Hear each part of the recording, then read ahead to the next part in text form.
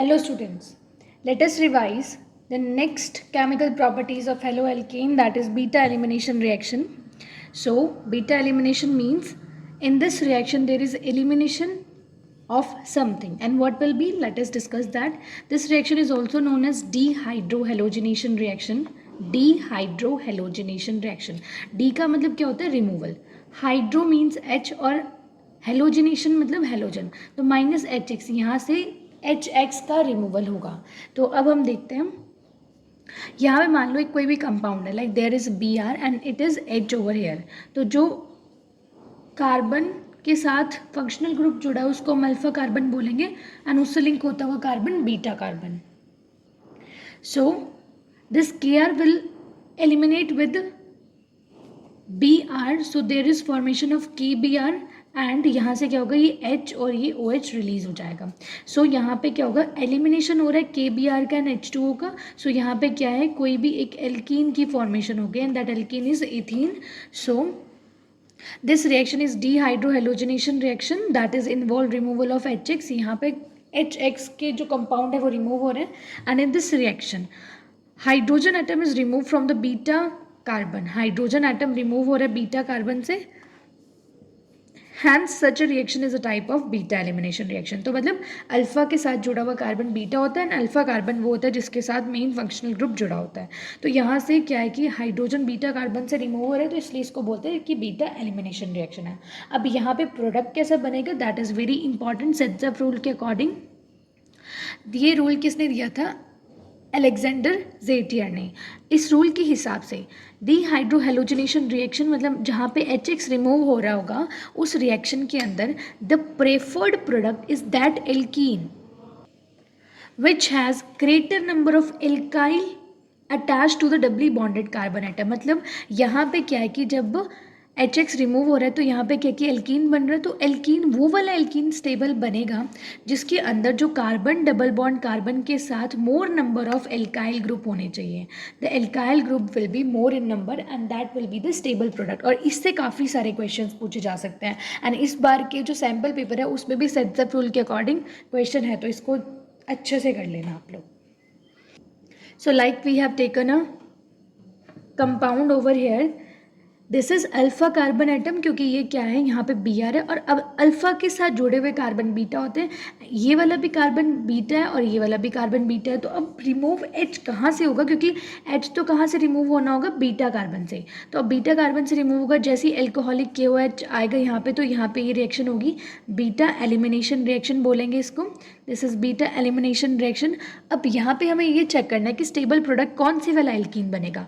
H यहाँ से भी रिमूव हो सकता है, H यहाँ से भी रिमूव हो सकता है. सो देखिए, when H is remove from this particular side, so क्या है कि डबल बॉन्ड यहाँ आ जाएगा. ठीक है, अगर H यहाँ से रिमूव होगा तो डबल बॉन्ड इधर साइड आ जाएगा. So when the H is removed from this particular carbon, so double bond is formed here, and if it is removing from this carbon, so double bond is hair.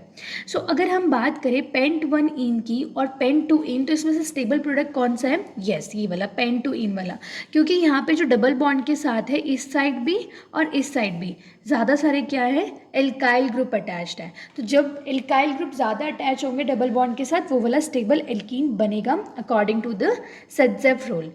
सेट्ज़ेफ rule के हिसाब से, ठीक है. So let us move ahead. जो third property आती है that is reaction with metals. Wurtz synthesis है, Wurtz scientist के नाम पे ही है, ये एक नेम रिएक्शन है. तो आपने क्या लिया, हेलो एल्कीन लिया, इसके 2 मोल लेने पड़ेंगे. You have to take 2 mole of halo alkane, and when it is reacting with the sodium in the presence of a dry ether, so यहाँ के Na और X रिमूव हो गया, NaX रिमूव होगा और यहाँ पे एल्केन बन जाएगा. This alkane is having ascending in the chain, क्योंकि अगर मान लो आपने एक कार्बन का कंपाउंड ले तो आपको यहाँ पे 2 कार्बन के कंपाउंड का प्रोडक्ट मिलेगा. सो ये क्या करेगा, असेंडिंग ऑफ द चेन कर देगा. कार्बन की चेन क्या हो जाएगी, असेंडिंग ऑफ कार्बन चेन हो जाएगी. ठीक है। सो अब हम यहाँ से क्या इसकी कंक्लूजन निकाल सकते हैं कि ये आपको वो एल्केन्स बनाने में मदद करे जिसके अंदर even number of carbon atom है। अगर आपने एक लिए तो आपको 2 मिलेंगे, 2 लिए तो आपको 4 मिलेंगे। ठीक है, तो ऐसी एल्केन्स जिसके अंदर even number of carbon atom है उसको हम सिमेट्रिकल एल्केन्स बोलते हैं, क्योंकि ये क्या है, 2 इक्वल पार्ट में डिवाइड हो सकती है and can be divided into the 2 equal parts. So this is the main concept of Wurtz synthesis. Next, we need to talk about synthesis of Grignard reagent. Grignard reagent भी ये reaction of metals के साथ वाला ही topic है. So, when haloalkane or haloarine is made to react with the magnesium metal in the presence of dry ether, जब भी कोई haloalkane या फिर haloarine को हम magnesium metal के साथ react करेंगे in the presence of dry ether, ठीक है. So, यहाँ पे क्या है? So, there is formation of alkyl magnesium halide. तो यहाँ पे एक एल्काइल मैग्नीशियम हैलाइड का कंपाउंड बनेगा. ठीक है, and this is only the Grignard reagent. अब इस जो रिएजेंट है इसको ऑर्गेनोमेटेलिक कंपाउंड बोलते हैं. ऐसा कंपाउंड जो ऑर्गेनिक भी है और मेटेलिक भी है नेचर में.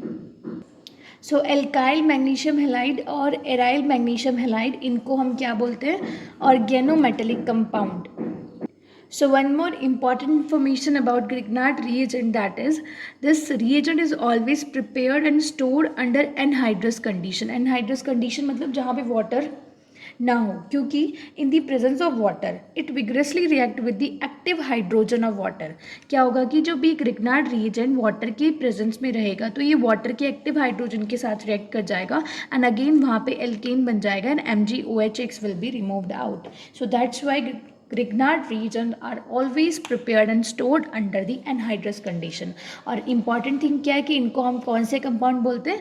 ऑर्गेनोमेटेलिक, क्योंकि यहाँ पे एक ऑर्गेनिक कंपाउंड भी है और यहाँ पे मेटेलिक कंपाउंड भी है, क्योंकि Mg के ऊपर प्लस चार्ज है एंड हेलोजन तो इलेक्ट्रोनेगेटिव होते ही हैं तो नेगेटिव चार्ज कैरी करेंगे and this is the organic part. So इस अकॉर्डिंग हम ये बोलेंगे कि ये क्या है? एक ऑर्गेनोमेटेलिक कंपाउंड है.